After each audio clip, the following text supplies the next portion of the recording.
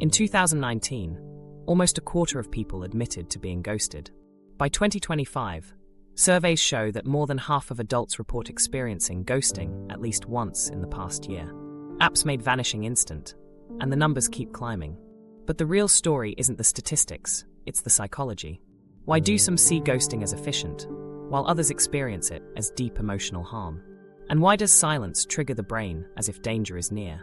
In this video, we'll uncover insights from psychology and share practical tools to recover. First, let's see how ghosting itself has changed. Ghosting in 2025, from awkward breakups to digital disappearances. Ghosting in 2025 looks very different from what it once was. Decades ago, disappearing from someone's life happened slowly, almost predictably. Letters went unanswered, phone calls stopped coming, and rejection unfolded over days or weeks. The silence carried weight, but at least there was a trail. Envelopes stacked on a desk, a rotary phone that never rang back.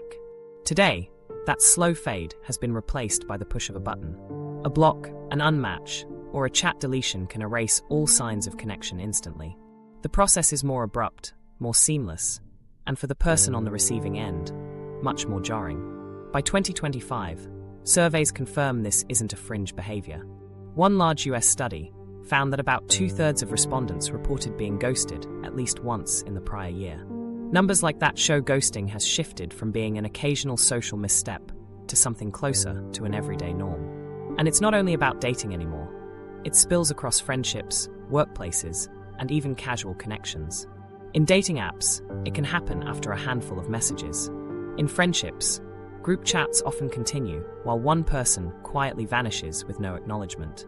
In work settings, applicants report being cut off after multiple interviews, while employers increasingly see candidates disappear before showing up on the job.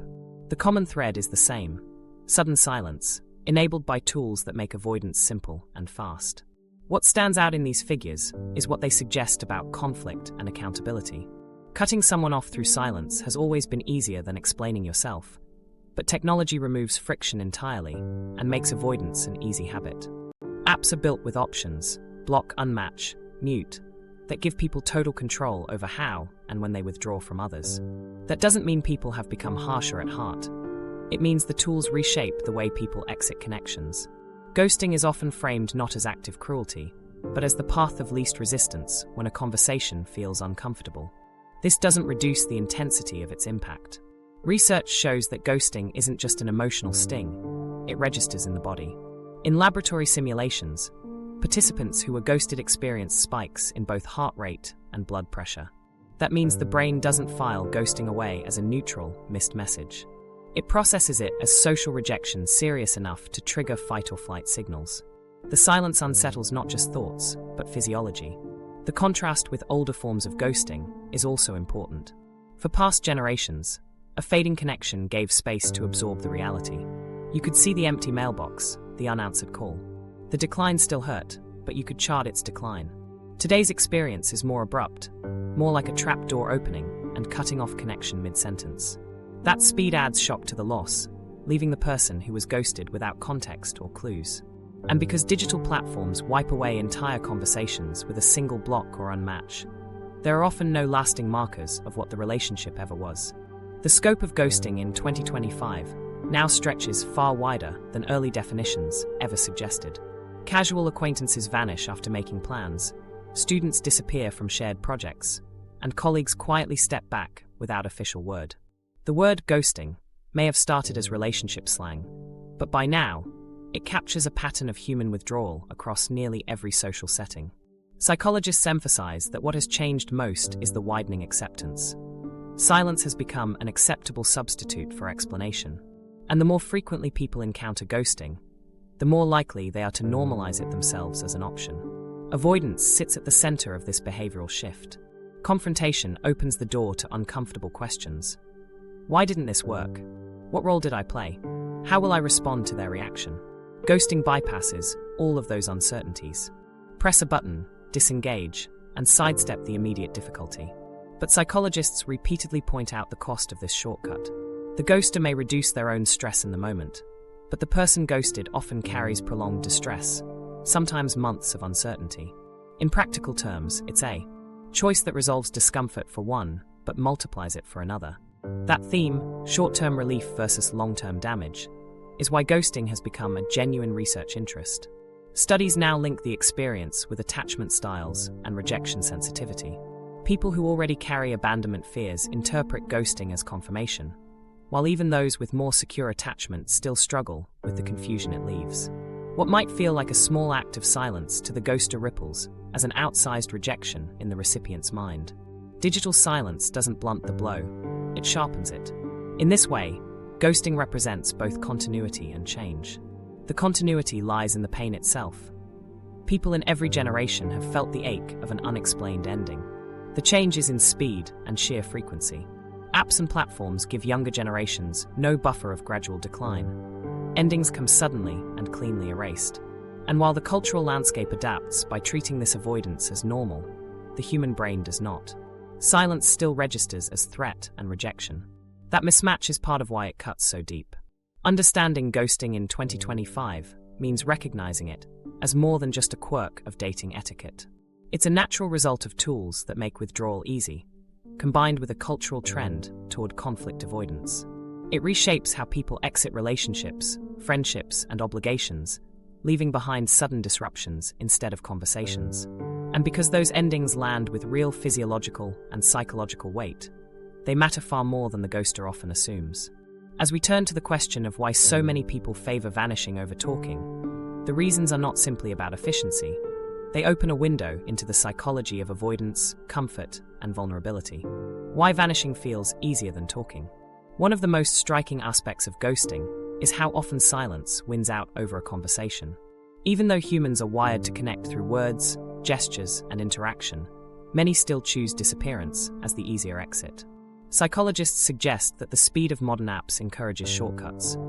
Opting out with a swipe takes less effort than sharing an honest explanation. The clearest motive people cite is conflict avoidance.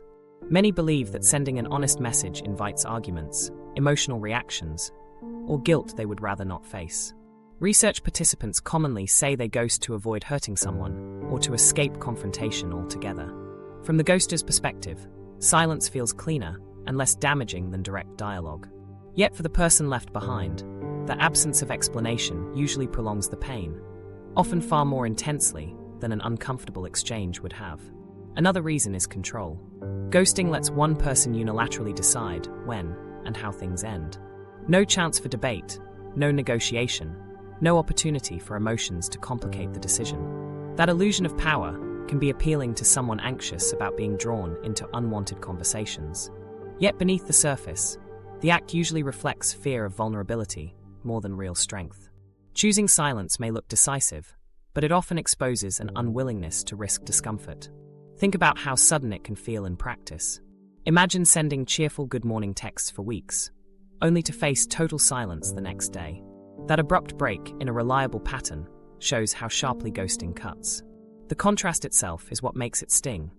What felt normal and predictable collapses without any signal beforehand. Technology intensifies this.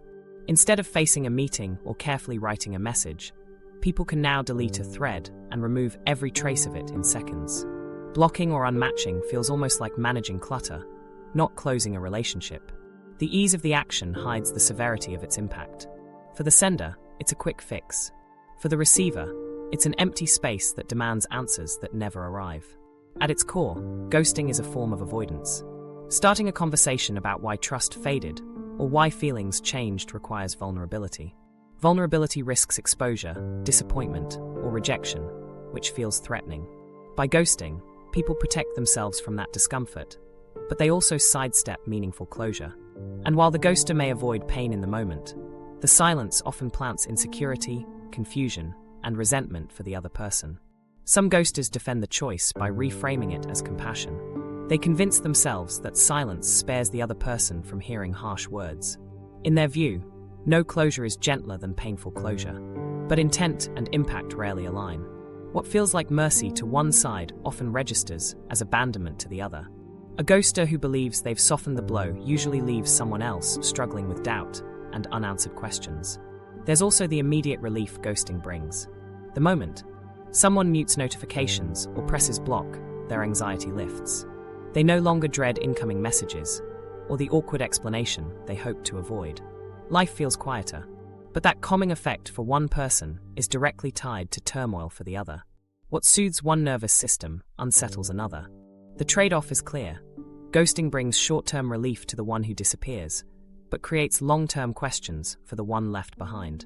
Silence may feel quick and efficient, but it fragments trust and denies both people the chance to practice healthier closure. In that sense, the paradox is sharp. What benefits the ghoster in the moment builds ongoing harm that neither side entirely escapes. And this raises an even deeper question.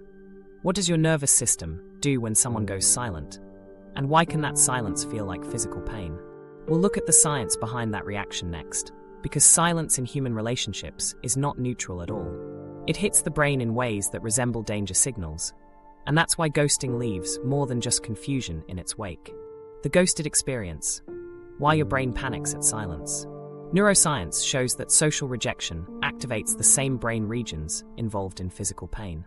When someone is ghosted, the anterior cingulate cortex, the area that registers hurt, lights up just as it does when you slam your shin against a table. Experiments measuring people's reactions to simulated ghosting reveal more than emotions alone. In one study led by Langley and colleagues, participants exposed to abrupt silence showed measurable increases in heart rate and spikes in both systolic and diastolic blood pressure compared to control groups.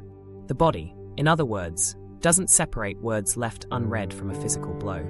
It responds as though something vital has been injured. That overlap explains why ghosting never feels minor. It produces what researchers call a social ache. Unlike a scraped knee or stubbed finger, this pain can't be seen, but the neural circuits involved in processing it are the same. Some lab studies even note that because rejection pulls at these pathways, people often report ghosting not just as hurtful, but as physically exhausting, sometimes leaving them nauseous, restless, or sore. This isn't exaggeration. It is how the nervous system interprets absence. Biologically, the reaction carries an old survival logic. For early human groups, exclusion meant being cut off from food, shelter, or protection. Those pushed to the margins of the tribe were less likely to survive. In that environment, failing to detect subtle signs of abandonment was dangerous. Our modern brains still use that template. When someone disappears without explanation, the alarm sounds as though your security is compromised. We no longer face predators lurking at the edge of campfires, yet the same circuitry fires when a screen shows delivered instead of replying. In the context of 2025, this wiring collides with the speed and precision of digital tools. Silence is no longer vague. It is stamped with red receipts, typing indicators that vanish, and time-stamped messages left hanging without response. These visual markers make the absence visible in real time, sharpening the sting. Each refreshing glance at a screen confirms, again and again, that communication has stopped. The brain interprets this as evidence that you have been cut off from connection, the modern equivalent of exile. That is why the ghosting experience often triggers obsessive thought loops. When no explanation is offered, the brain searches for one relentlessly. People replay conversations, parse emojis, scrutinize tone, and scroll backward through months of messages. Each gap in understanding invites another round of analysis. What slipped? Did a joke land wrong? Did a moment of hesitation give the wrong impression? The silence itself drives this spiral as the mind grasps for answers it will never receive. Psychologists note how this uncertainty magnifies stress, often more than a direct rejection would. Self-blame grows in these spaces. Because the other party remains silent, the ghosted often assign fault inward. Being ignored starts to feel like evidence of personal deficiency. Not funny enough, interesting enough, attractive enough. Without clear feedback, the imagination fills the void with criticism. Silence, in this way, acts like a mirror, but one tilted toward distortion, reflecting insecurity back at the person left behind. A single ghosting can therefore leave more than temporary pain. It can shift an individual's baseline confidence in future relationships. Repeated experiences deepen that effect. After being ghosted more than once, many begin to expect it. Uncertainty creeps into new connections, and trust becomes fragile. Even in safe, supportive relationships, a delayed response may provoke panic, as though abandonment is only a message away. Over time, this anticipation of loss reshapes behavior. People may guard themselves, withhold emotional honesty, or avoid intimacy altogether, because silence once meant danger. The erosion of trust becomes not just about one relationship gone quiet, but about the possibility that all future ties may empty out the same way. The physical body also carries the imprint of ghosting stress. Beyond racing thoughts, there are racing pulses, shallow breathing, tightened muscles, and restless nights. The nervous system revs up for a threat it cannot resolve. Rationally, a person may say, "It's just a text that never came." Physiologically, their body is preparing for conflict or danger. That mismatch is part of what makes ghosting uniquely confusing. A bruise has a cause and a timeline to heal. Silence offers no such clarity. The lack of closure prolongs the stress response, keeping the alarm system active longer than needed. This is why ghosting lingers. Physical wounds can mend, but uncertainty doesn't fade on its own. Without explanation, the brain never receives a conclusion signal, so it keeps running the same questions. What happened? Why? Could it have been prevented? That endless cycle can weigh heavily, sometimes leaving people feeling more worn down by ghosting than by arguments or even blunt breakups. Arguments, at least, provide data. Silence provides nothing but space. Space the mind fills with its own sharpest doubts. Recognizing that these reactions are biological responses, rather than personal weaknesses, is crucial. Feeling unsettled by silence says less about fragility and more about human design. The brain is built to register loss of connection as a problem. Understanding this can help reframe recovery. If your nervous system treats silence like injury, it makes sense to respond with care, self-compassion, rest, and reaching out to trusted contacts to stabilize the feeling of belonging. Just as a physical wound deserves tending, a social wound deserves attention, not dismissal. The ghosted experience, then, is less about missing a conversation and more about activating ancient circuits tied to survival itself. This explains why ghosting feels so large compared to the action that caused it. A blocked number looks simple on a screen. Inside the nervous system, it reverberates as danger. By acknowledging both the psychology and physiology involved, it becomes clearer why silence can shake confidence so deeply and why recovery often takes longer than expected. And yet, it isn't only the biology of the ghosted that shapes how this plays out. How a person responds to silence, and how likely someone is to use ghosting at all, can depend on something even more fundamental: their core beliefs about what relationships are meant to be. Destiny beliefs versus growth mindset, predicting who ghosts. Not everyone views relationships through the same lens, and these underlying beliefs often steer how people react when connections break down. Researchers often describe two broad frameworks: destiny beliefs, which emphasize fixed compatibility, and growth beliefs, which see relationships as something that can be improved and developed. These outlooks don't just influence how people start or nurture relationships. They also shape who is more likely to disappear without a word and who leans toward conversation or closure. Destiny thinkers operate from the idea that relationships are defined by fate. You either find the one or you don't. Compatibility is framed as all or nothing. If someone feels that spark is missing, the logic is simple. Why spend time explaining an ending when it was never meant to last? Ghosting becomes the most efficient way to move forward. Growth-oriented individuals approach it differently. They assume connection is built, not found, and that challenges are invitations to communicate, adjust, and learn. From this view, ending a relationship still merits a conversation, because even closure conversations carry lessons that strengthen future bonds. To put it more plainly, a destiny mindset sees good relationships as predetermined, and when something fails to click, ghosting feels acceptable. A growth mindset treats relationships as evolving processes, so breakups are approached as conversations, not sudden silences. Research supports this divide. One 2018 study found that people with strong destiny beliefs were about 63% more likely to see ghosting as an acceptable way to end even a long-term relationship. Findings like that highlight just how much our core philosophies on love determine the strategies we use when ties dissolve. Ask yourself for a moment, are you someone who searches for soulmates, or someone who believes relationships are workshops of growth? That honest check can reveal not just how you connect, but how you may disconnect. It's also important not to treat these patterns as absolute. Destiny-minded people don't always ghost. Many still explain their decisions, especially when they value respect or community. Perception. Growth-minded people sometimes ghost too, particularly when they feel unsafe, overwhelmed, or when direct confrontation could escalate conflict. The distinction is less about rigid categories and more about tendencies, probabilities shaped by long-standing beliefs. Generational and cultural forces shape these orientations as well. In many Western contexts where soulmate narratives dominate, destiny thinking can be reinforced by dating apps that frame compatibility as a binary swipe. It's either yes or no, and the next option is only seconds away.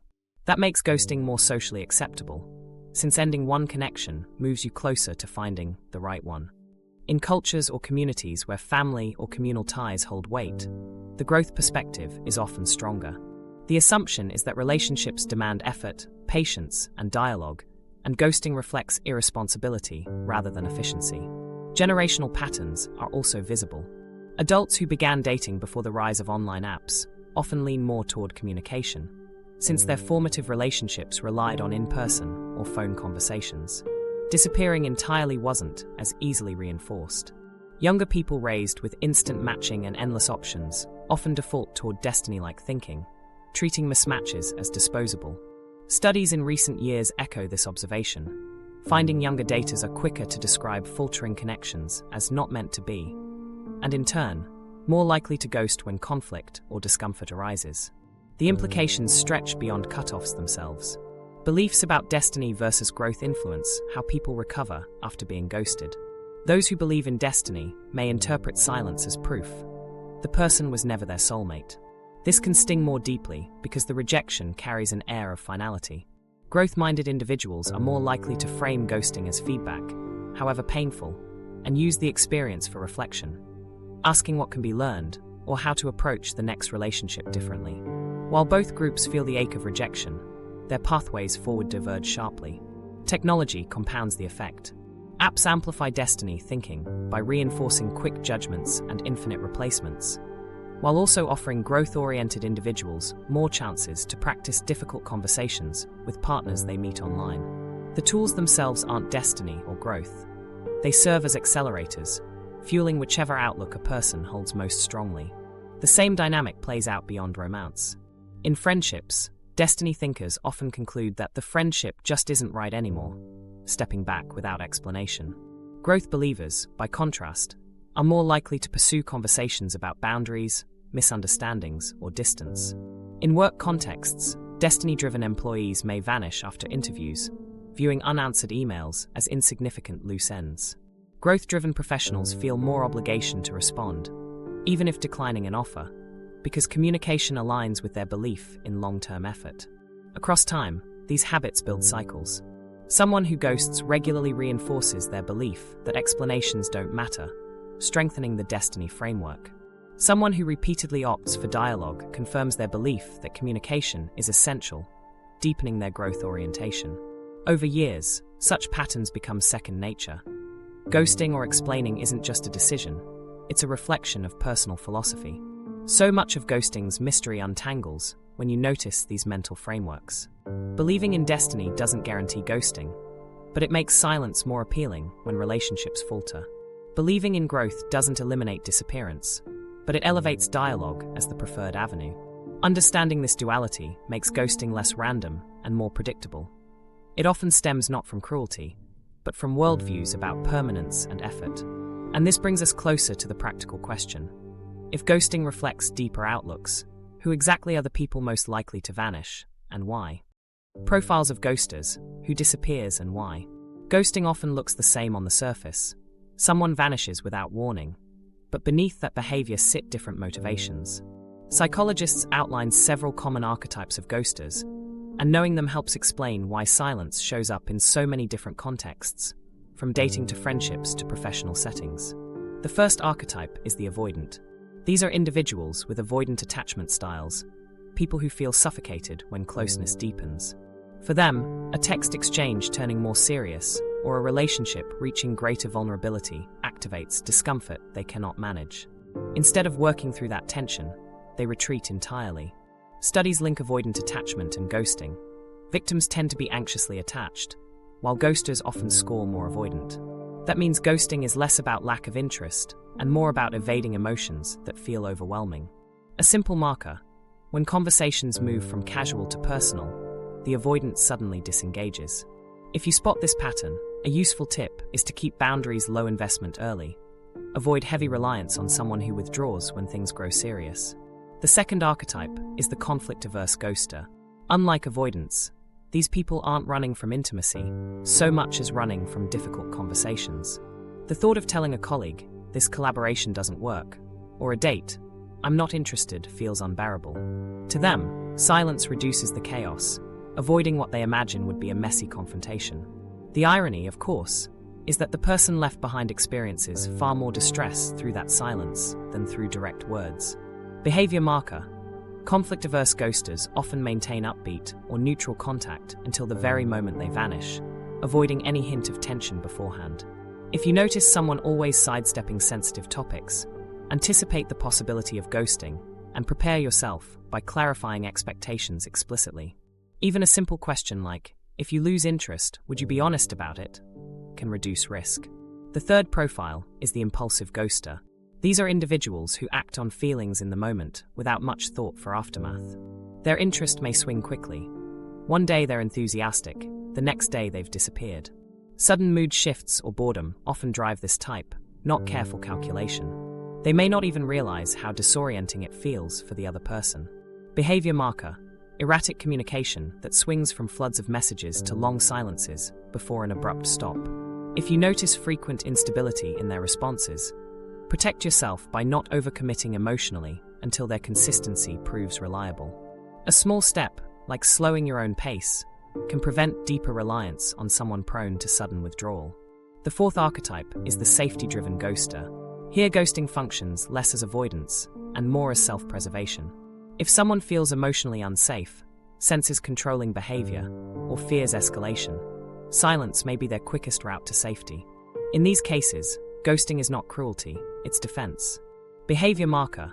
Sudden cutoff after an argument, invasion of privacy, or crossing of boundaries that made the person feel threatened. In such situations, the ghosting is protective.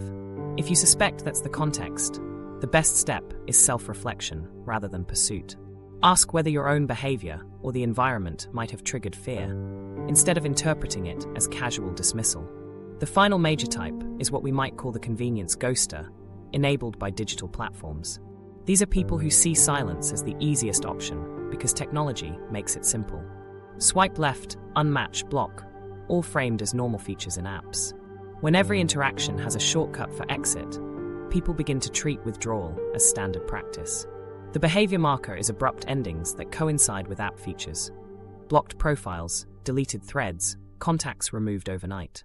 For spotting this type, remember that it isn't deeply personal, it's environmental.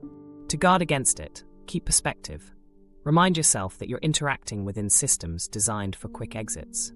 A practical move is to diversify where you're investing emotionally. Don't allow a single platform to define the entirety of your relational world. Together, these archetypes highlight that ghosting is not one size fits all. Each involves a different blend of personality traits, attachment styles, or surrounding conditions. Avoidants prioritize self-protection from closeness. Conflict-aversive types dodge confrontation. Impulsives move with their mood. Safety-driven individuals prioritize escape in threatening situations. Convenience ghosters treat silence as a built-in feature of modern communication tools. Recognizing archetypes is valuable because it turns what feels like unpredictable chaos into something you can read, anticipate, and respond to more intentionally. This doesn't mean ghosting should be excused. Silence still leaves others carrying unanswered questions and self-doubt. But knowing the profile behind the act shifts your understanding. When someone disappears, it often reflects a predictable strategy tied to their disposition or environment, not a random betrayal. For the avoidant, the entry of intimacy became intolerable. For the anxious conflict avoider, confrontation felt impossible. The impulsive acted out of shifting interest. The safety-driven individual cut off for survival. And the convenience ghoster simply used what the tool in their hand allowed them to. Applied practically, these distinctions help in everyday expectations. If you know someone is highly conflict-averse, you can lessen surprise if they vanish instead of explaining. If you notice impulsive tendencies, you can decide not to overinvest in their sudden enthusiasm. If someone withdraws for safety, viewing it through that lens prevents unnecessary self-blame. And if you meet people mainly through apps, remember that convenience ghosting is built into the structure itself, not just the person. Each ghosting profile not only explains why someone might disappear, but also reinforces why ghosting happens across many settings. In dating, avoidance and impulsives dominate. In friendships, conflict-averse tendencies appear stronger. In workplaces, convenience ghosting thrives, with companies and candidates alike avoiding explanations simply because systems allow it. The patterns may vary, but the central habit, silence as shortcut, remains consistent. By viewing ghosters through archetypes, the mystery shrinks. Their vanishing isn't always about you. It's often the map of their psychological style, meeting the affordances of their environment.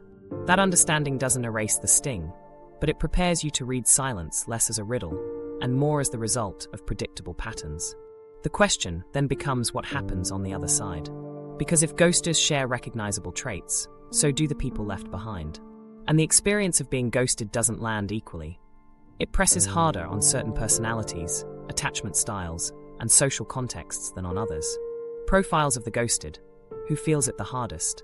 When ghosting is discussed, attention often goes to the person who vanishes. But the other side of the story, the person left in silence, is just as revealing. Not everyone responds to being ghosted the same way. Some can dismiss it, while others experience lasting damage. Psychologists highlight specific traits and contexts that tend to magnify the pain, offering a clearer sense of who feels ghosting most acutely and why. One of the clearest factors is attachment style. People with anxious attachment are especially vulnerable. They crave reassurance in close relationships and harbor fears of abandonment. When ghosted, that abrupt silence often feels like confirmation of their deepest insecurities. Research consistently finds this connection. As one recent review by Powell and Lefebvre explained, anxious attachment predicts greater distress when ghosted, because silence amplifies existing worries of being rejected or unwanted. The result is an intense cycle of rumination, replaying past conversations, scouring old messages, and looking for mistakes that might explain what happened. For the anxious profile, ghosting doesn't just end a relationship, it reinforces a narrative that they were never enough in the first place. Those with secure attachment, by contrast, usually recover more quickly. They may feel hurt, but they're better equipped to separate the silence from their own self-worth. A securely attached person is more likely to say, "This behavior reflects the other person, not me." That mindset reduces the spiral of blame and rumination, making recovery faster. The difference between anxious and secure attachment shows just how much internal frameworks shape the fallout of ghosting. Another profile that struggles severely is the externally validated personality. These are individuals who measure self-worth based on how others treat them. Silence from someone close isn't just confusing, it collapses their sense of identity. Relationships serve as mirrors, and when ghosting abruptly shatters that mirror, the reflection of value disappears with it. Without an explanation to anchor the experience, the void fills with assumptions that they weren't interesting, attractive, or likable enough. For this profile, ghosting doesn't just hurt emotionally, it destabilizes their entire self-concept. The long-term effect can be erosion of confidence, where future connections feel unsafe before they even begin. Generations also differ in how they react. Younger people raised in app-based cultures often experience ghosting more frequently, which makes them somewhat more accustomed to it. But high exposure doesn't mean the pain disappears. Instead, it normalizes abrupt endings and sharpens the cycle of expectancy. Many describe continually anticipating silence, as though every new match could vanish overnight. That heightened awareness creates ongoing anxiety, even if ghosting itself is framed as normal. For older adults, the reaction can be even more extreme. Those who grew up in eras when closure meant a phone call or face-to-face conversation often experience ghosting as especially disruptive. It conflicts with long-standing social norms, so the shock feels heavier. What is an ordinary outcome, for a 25-year-old, can feel like profound disrespect for someone twice that age. Cultural background adds another layer.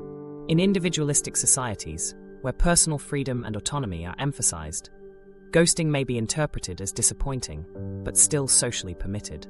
The hurt is personal, but not always perceived as shameful. In relationship-focused cultures, however, where commitment and respect are deeply woven into communal expectations, being ghosted can ripple beyond the individual. Silence without explanation may be interpreted as dishonor, triggering not only private rejection, but also social embarrassment. For people in these settings, ghosting threatens both personal bonds and community standing, intensifying its impact. Gender socialization shapes experiences too. Both men and women report being ghosted, but many studies suggest women are more likely to internalize the silence. They may interpret ghosting as a failure to maintain harmony or as evidence of inadequacy. Social expectations around relationship upkeep can compound this response.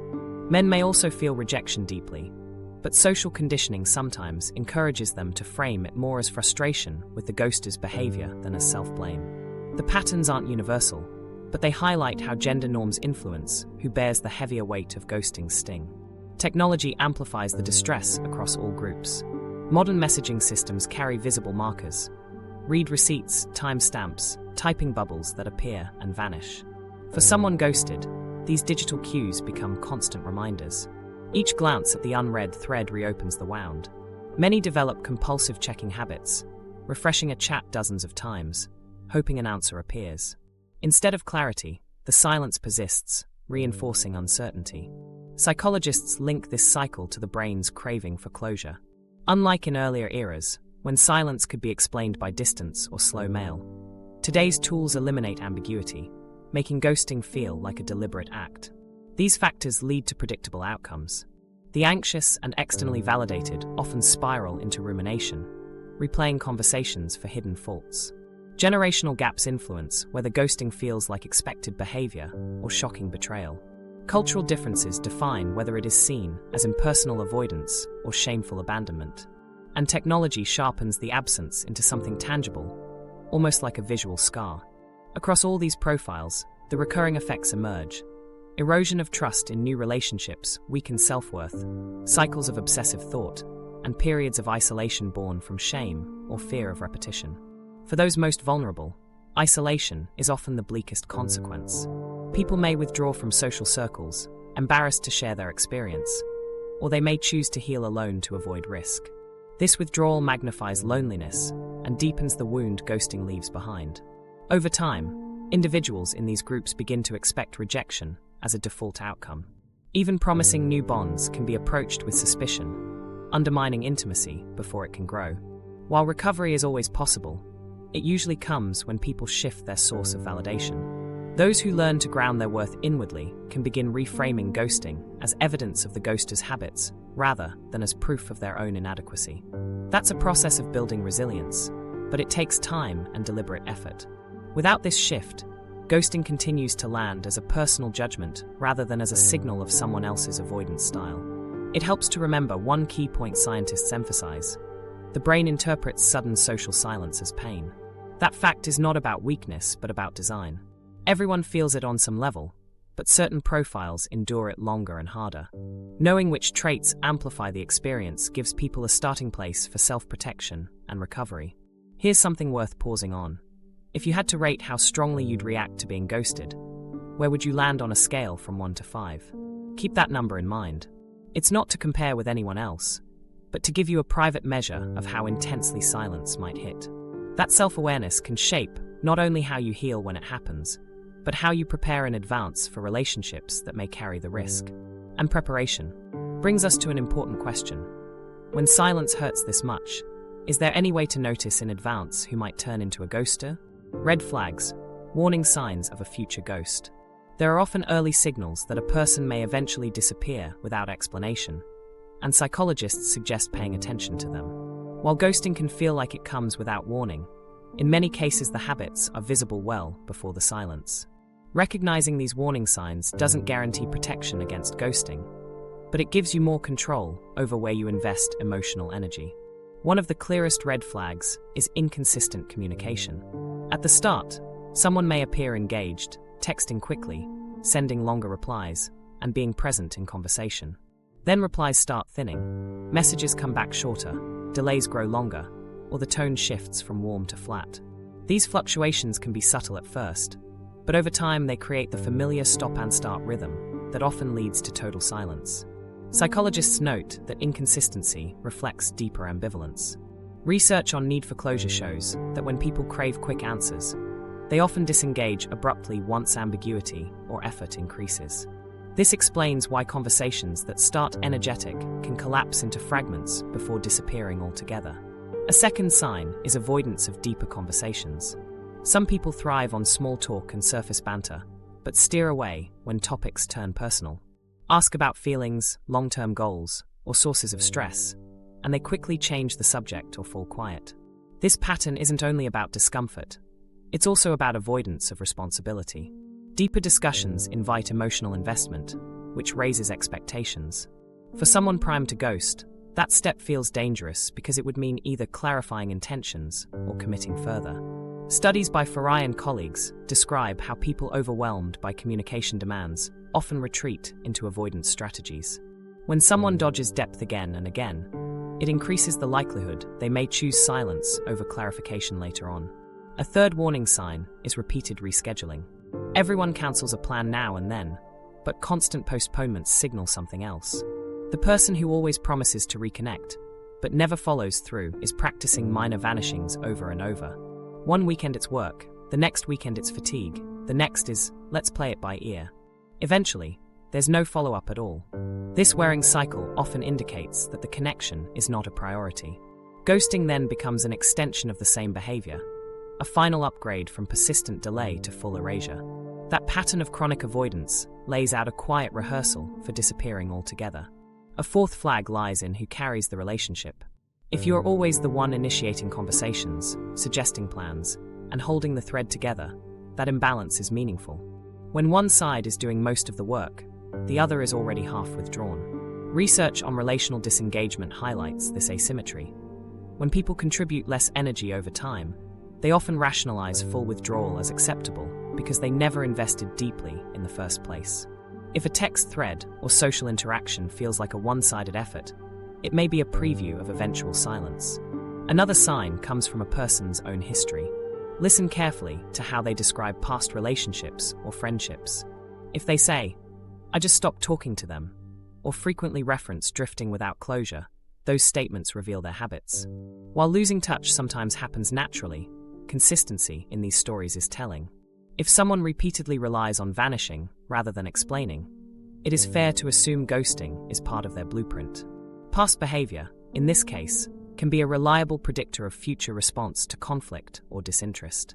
Each of these warning signs ties back to avoidance tendencies. Inconsistency shows inner hesitation.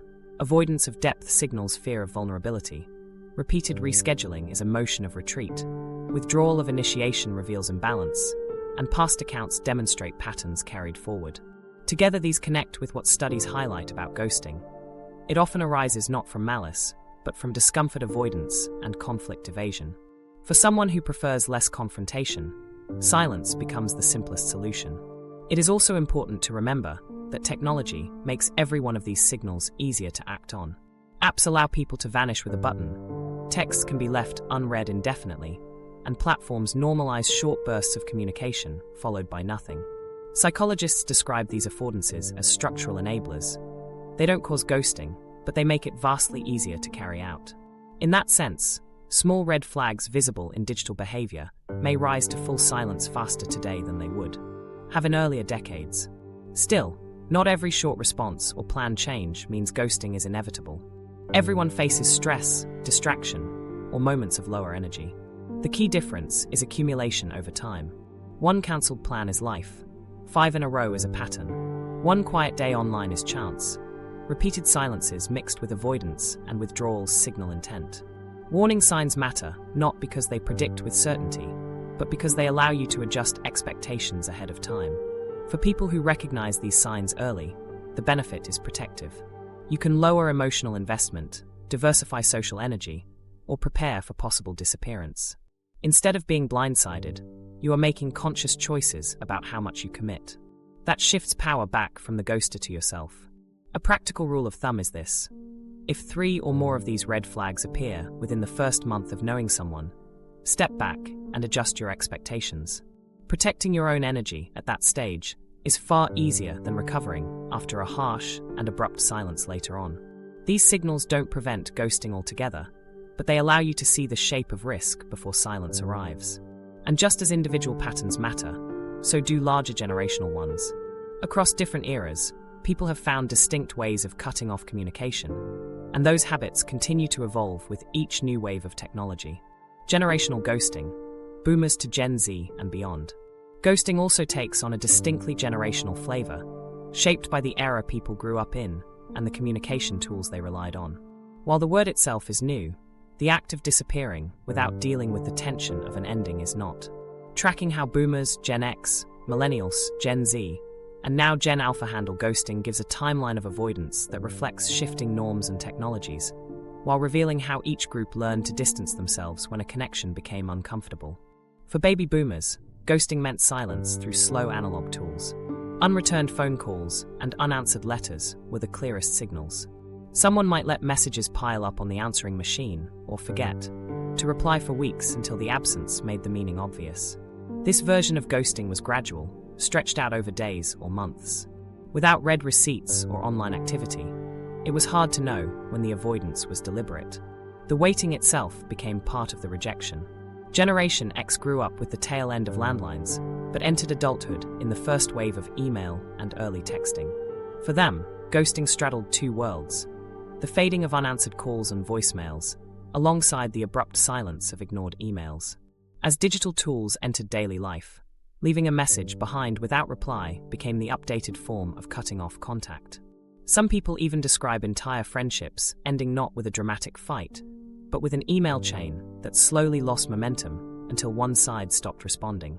Gen X ghosting often carried the ambiguity of older forms, but was already moving closer to the faster drop-offs that would define later generations. For millennials, ghosting settled into a familiar form: unanswered texts and dropped conversations on mobile phones. Texting became a social lifeline in the early 2000s, so silence within that medium was loud. Romantic ghosting in particular proliferated as dating apps emerged. Suddenly, unmatching someone or swiping left didn't just end potential relationships, it eliminated any trace of contact. Social media also added new layers of disengagement. A millennial ghost might not just ignore messages, but also unfollow someone or stop engaging with their posts. The key difference here was speed. Ghosting could happen within minutes, and it became normalized as more people recognized it as part of the wider digital landscape. Gen Z took ghosting habits and made them sharper, more comprehensive, and often more visible. Unlike earlier cohorts, Gen Z grew up with features like read receipts and typing indicators, which revealed exactly when someone had seen a message but chosen not to reply. This visibility cut deeper by confirming the silence rather than leaving doubt. Blocking, muting, or restricting accounts became everyday tools for ending connections instantly. For many in Gen Z, ghosting doesn't happen by ignoring one message. It happens by shutting down all channels at once. The capacity to vanish mid-conversation has become common, and the tools themselves make it seamless. The effect is abrupt, but it's also definitive. Now emerging Gen Alpha adds its own variation.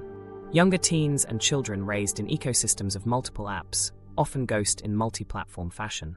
Instead of ignoring a text or one platform, they may simultaneously unfollow, unsubscribe, and block across all channels.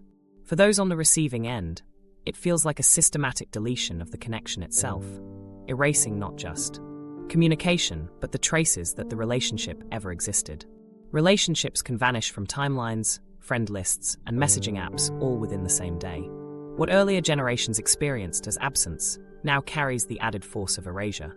Recruiters and employers have noticed generational differences too.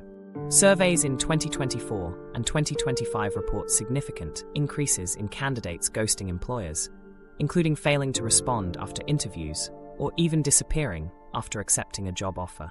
Younger applicants are more likely to be represented in those figures. This shows that ghosting has extended decisively beyond dating and friendship, becoming a tool people apply to professional commitments when disengagement feels easier than explanation. What once lived in personal life has seeped into workplaces, reinforcing how generational norms shape avoidance behavior across multiple domains. Looking across these generations, one theme emerges. As channels of communication multiplied, accountability often declined. Every new medium that created another way to talk also created another way to vanish without consequence. Boomers had to stop picking up the phone. Gen X left emails hanging. Millennials ignored texts or unmatched on apps. Gen Z hit block across social platforms. Gen Alpha seem to sweep connections away with coordinated multi-platform deletion. The behavior is stable, avoidance of discomfort, but the execution becomes more sudden and more complete as tools evolve. Despite these changing methods, the emotional undercurrent is consistent. People across generations describe the same gut punch of rejection, whether it came from waiting all night by the phone in 1978 or watching message seen, with no reply in 2025. Humans interpret silence as exclusion, and our nervous systems treat it as threat no matter the decade. The tools have shifted from letters to apps, but the biology that processes the silence has not. The generational arc also highlights an irony. Each wave of technology promised more ways to stay connected, but it also handed people cleaner ways to disappear. One phone call avoided, one email ignored, one swipe to unmatch, one instant block, and now one sweeping erasure across platforms. All represent different versions of the same pattern. Avoidance adapts to the times, but the core impulse to turn away from discomfort endures. This history of generational ghosting does more than explain past behaviors. It raises questions for the future. With younger cohorts now normalizing multi-platform erasures and workplaces reporting rising candidate ghosting, it's worth asking what lessons about conflict and disengagement are being reinforced. Each generation refines avoidance strategies, but every refinement also risks leaving deeper confusion and insecurity for those ghosted. The question isn't whether ghosting disappears, it's how people can learn to choose differently. We gained more ways to speak, and more ways to vanish, so the question becomes, which habits do we teach the next generation? And on an individual level, it begs something more immediate. When avoidance feels tempting, what are the better alternatives to ghosting? Strategies to avoid becoming a ghoster. When people think about ghosting, the attention usually centers on the person who gets left behind. But there is another side that matters just as much: the person choosing to disappear. Avoiding that choice and learning practical ways to step back without vanishing is one of the most useful skills you can build. Researchers note that teaching conflict resolution and emotional regulation skills makes ghosting less likely, because once people have small tools to lean on, avoidance isn't as tempting. What matters most is having a few clear strategies ready, so you don't find yourself defaulting to silence when the moment gets uncomfortable. The first strategy is to prepare a short script in advance. Many people ghost because they panic in the moment, unsure what to say. Having 2 or 3 simple phrases saved in your phone or in your head removes that pressure. For example, "I've realized I'm not feeling the connection I need, so I can't continue." Or, "Thanks for the time we've shared, but this isn't the right fit for me." It doesn't need to be elaborate or perfectly worded. It just needs to carry honesty. Scripts work because they replace improv with preparation. By removing the fear of stumbling, you give yourself permission to choose communication over silence. And every time you use one, you train yourself to handle endings directly rather than disappearing. The second strategy is to send boundary messages when you need space rather than cutting ties completely. Ghosting doesn't only happen at the end of relationships. It also happens when a person feels overwhelmed but doesn't explain it. Often, someone wants less contact, not total removal. Instead of skipping replies and letting the other person spiral into confusion, you can send a short note that sets limits. An example could be, "I need a few weeks offline for personal reasons. I'll reach out when I can." Or, "I can't text every day, but I'd like to stay connected when I have the bandwidth." People nearly always respond better to a clear signal than to silence. A short boundary message respects your own needs without leaving the other person stranded. The third tool is the pause rule. Ghosting is often triggered by impulse. The sudden feeling of discomfort after a message, or the realization you're no longer interested.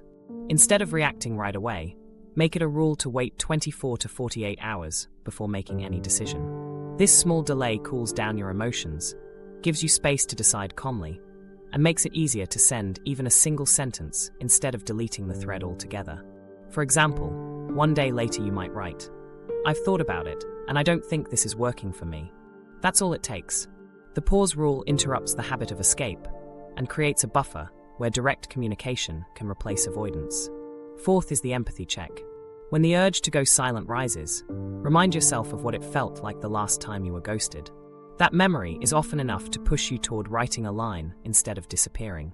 Empathy makes ghosting harder to justify because it forces you to see it from the receiving side. One practical step is to ask, If I woke up tomorrow with no answer from them, how would I feel? Usually, the answer is unsettled and hurt. That awareness doesn't make the conversation easy, but it makes silence harder to excuse. A simple message like, "I don't see this moving forward, but I wish you well," communicates clarity and preserves dignity for both people. Fifth is the low-effort clarity method, which means recognizing that one line is always better than silence, even if it feels clumsy. People often avoid sending a message because they imagine it has to be thoughtful, long, or perfectly worded. It doesn't. Directness is more valuable than elegance. Basic examples include, "I don't think we should keep seeing each other," or "I can't continue our conversations, but I appreciate the time we connected." These short statements might sound blunt, but they give the other person closure that silence can never provide. The research on interpersonal stress highlights that clarity, no matter how brief, reduces rumination for the person left behind. One line buys peace of mind for both sides. Each of these 5 strategies protects you from falling into the avoidance trap, and they also build long-term communication skills. Scripts, boundaries, delays, empathy, and one-line exits are tools you can use immediately, but over time they also rewire your habits. Researchers emphasize that training in communication and conflict resolution lowers ghosting tendencies because it shifts where people find confidence. Not in escape, but in their ability to tolerate discomfort. That's the real payoff. You not only avoid hurting others, you grow your own capacity to face hard conversations without shutting down. There's a professional layer here too. Ghosting isn't just a dating issue, it shows up in workplaces, in job applications, and in hiring. Surveys from 2024 and 2025 found rising reports of candidates disappearing after interviews, and employers cited this as one of the fastest-growing frustrations in hiring. Avoiding ghosting at work is simple. If a company makes an offer you don't want, send one line of thanks and a polite decline. It takes less than a minute, but it leaves your reputation intact. Professional ghosting burns bridges more quickly than people expect, while professional clarity saves opportunities for later. The point isn't to moralize, but to give practical steps you can reach for the next time you're tempted by silence. Scripts make exit language easy. Boundaries prevent disappearance when you only need space. The pause rule breaks impulses. Empathy converts memory into motivation. Low-effort clarity turns one sentence into closure. Combined, these tools don't just stop ghosting. They teach you how to carry yourself with respect, even in endings. And endings are inevitable. The way you manage them will shape how others remember you and how you remember yourself. The strongest motivation to practice these habits is the one benefit you gain immediately: dignity. Sending a line, even haltingly, proves to yourself that you can face moments of discomfort instead of avoiding them. It's an act of respect outward and an act of strength inward. Ghosting solves tension in seconds at the cost of leaving confusion for weeks. Communication solves tension for good. The trade-off speaks for itself. Learning to resist ghosting requires practice. The first attempt may feel awkward, and the second might leave you second-guessing your tone, but each effort builds resilience. Communication becomes your reflex, silence fades into the background, and honesty takes its place as the normal response. These aren't abstract ideals. They're daily skills anyone can practice. Ending a chat, stepping back from a friendship, or declining an opportunity can all be done with one single direct line. That is enough. And while these strategies protect others from uncertainty, they also protect you from regret. People almost never wake up wishing they had ghosted, but many people look back wishing they had chosen clarity instead of silence. By giving yourself tools, you create a future where endings carry less weight and leave fewer scars. What remains is the other side. Even when people know not to ghost, it still happens, which means many of us end up on the receiving end of that silence. Handling that experience brings its own challenges, and it comes with questions about how to recover when no explanation comes. Healing after being ghosted. Healing after being ghosted is less about erasing the pain and more about guiding yourself through it in a structured, intentional way. Psychologists point out that while ghosting cuts deep, recovery becomes easier when broken down into clear steps you can return to whenever the silence still stings. A practical way to think about this is through 4 stages: acknowledge, reframe, reconnect, and grow. Each stage carries both the science of why it matters and one concrete action you can take to ease the hurt. The first stage is acknowledge. Ghosting is often brushed off as trivial, but research shows it activates the same neural pain circuits as physical injury. ignoring that reality only deepens the wound. A series of reviews from social psychology confirm that social rejection consistently lights up pain-processing regions in the brain, explaining why ghosting feels viscerally heavy. And the mental health risks are real. Studies report links between ghosting and gaslighting and elevated symptoms of depression and paranoia, especially in young adults. This makes acknowledgement vital. Feeling hurt doesn't mean weakness. It means your nervous system is working as designed. A practical action here is journaling for 10 minutes about the emotions you feel, whether confusion, sadness, or anger. Putting them into words validates the pain instead of letting it swirl unspoken. The second stage is reframe. Ghosting tends to flip the spotlight inward, driving thoughts like, "What's wrong with me?" or "If I had been better, this wouldn't have happened." Yet research on avoidance behaviors shows this silence usually says more about the ghoster's inability to handle discomfort than about the worth of the ghosted person. Shifting perspective from me to them lightens the sting. Clinical guidance makes clear that inner closure works better than chasing answers from the ghoster. Waiting for an explanation rarely provides relief, and often extends the distress when explanations never come. So instead, tell yourself, their silence reflects their coping style, not my value. A short action you can try is rewriting the ending of the story in one sentence, pinning the responsibility where it belongs. They chose avoidance, I choose clarity. Each time this thought surfaces, repeat it. The reframe doesn't make the sadness vanish, but it protects against self-blame. The third stage is reconnect. Ghosting isolates not only because contact stops, but because shame often follows. People fear admitting they've been ghosted, worrying it makes them appear unworthy. Yet isolation compounds harm. Neuroscience and social psychology research both highlight that human connection acts like a buffer against the stress of rejection, much like pain medication soothes a physical wound. Talking with a trusted friend, even briefly, interrupts the cycle of rumination. Something as small as hearing, "You didn't deserve," that can cut through weeks of self-doubt. If in-person connection feels too difficult, even small steps, messaging a friend, attending a group activity, or joining an online community, rebuild the sense that you belong somewhere. Social ties diffuse the weight of silence. As an immediate action, text one friend tonight with a short check-in. "Hey, just thinking of you." It might not discuss the ghosting directly, but it re-establishes connection, which is the antidote to the loneliness ghosting leaves. The fourth stage is grow. Ghosting tempts people into waiting mode, endlessly checking their phone, holding out for a message that never arrives. That waiting creates stagnation. Growth means choosing forward movement instead of standing in the gap. Research on resilience shows that new goals and meaningful activities redirect thought patterns away from fixation, allowing the brain to build alternative sources of satisfaction. Growth doesn't mean suppressing grief. It means layering new experiences on top of it, so that life expands beyond the loss. This may take the form of exercising, taking up a short daily learning ritual, or deepening friendships that have already proven reliable. Concrete action. Write down one personal goal unrelated to relationships, and commit 10 minutes tonight to taking the first step toward it. Even small acts, reading about a new hobby, stretching, tidying a corner of your space, signal to the brain that the narrative is continuing. Together, these stages form a cycle you can revisit. Acknowledge, reframe, reconnect, grow. They transform ghosting from an undefined absence into a process you have some control over. They also highlight a truth many psychologists emphasize. Healing doesn't mean forgetting what happened, but shaping a useful story around it. With acknowledgement, you respect your pain. With reframing, you stop blaming yourself. With reconnection, you strengthen belonging. With growth, you invest in a future beyond the silence. Recovery will never be linear. Some days you'll feel lighter, other days the wound will resurface. That variability is expected. What studies on neural adaptation show is that, like physical injuries, social injuries do heal, but only when given care and space. If neglected, they linger longer. That's why practicing even one of these steps daily is more effective than trying to force yourself to get over it all at once. Think of it as tending to an injury. Consistent small actions ease pain better than pretending it isn't there.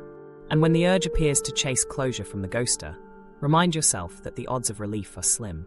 Even if they did reappear, explanations often arrive vague, sugar-coated, or dismissive. That can sting as much or more than silence itself. Choosing inner closure means deciding, I close this for myself.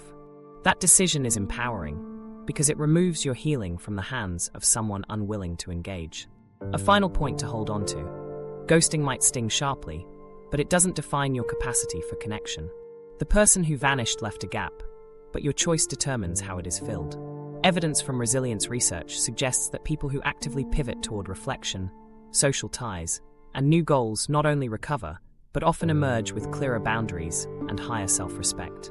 Compared to waiting for closure, creating closure builds confidence that endures into future relationships. To help yourself tonight, try this ritual. Set a timer for 10 minutes, breathe slowly, and write down 3 truths you know about yourself that no ghosting experience can erase. This practice rewires attention away from loss onto stability. Over time, that small exercise accumulates into resilience. Healing after ghosting never means minimizing the pain. It means channeling it into practices that steady you and prepare you for stronger connections ahead. And while silence may be one person's choice, your response, through acknowledgement, reframing, reconnection, and growth, becomes proof that communication and care can still guide you forward.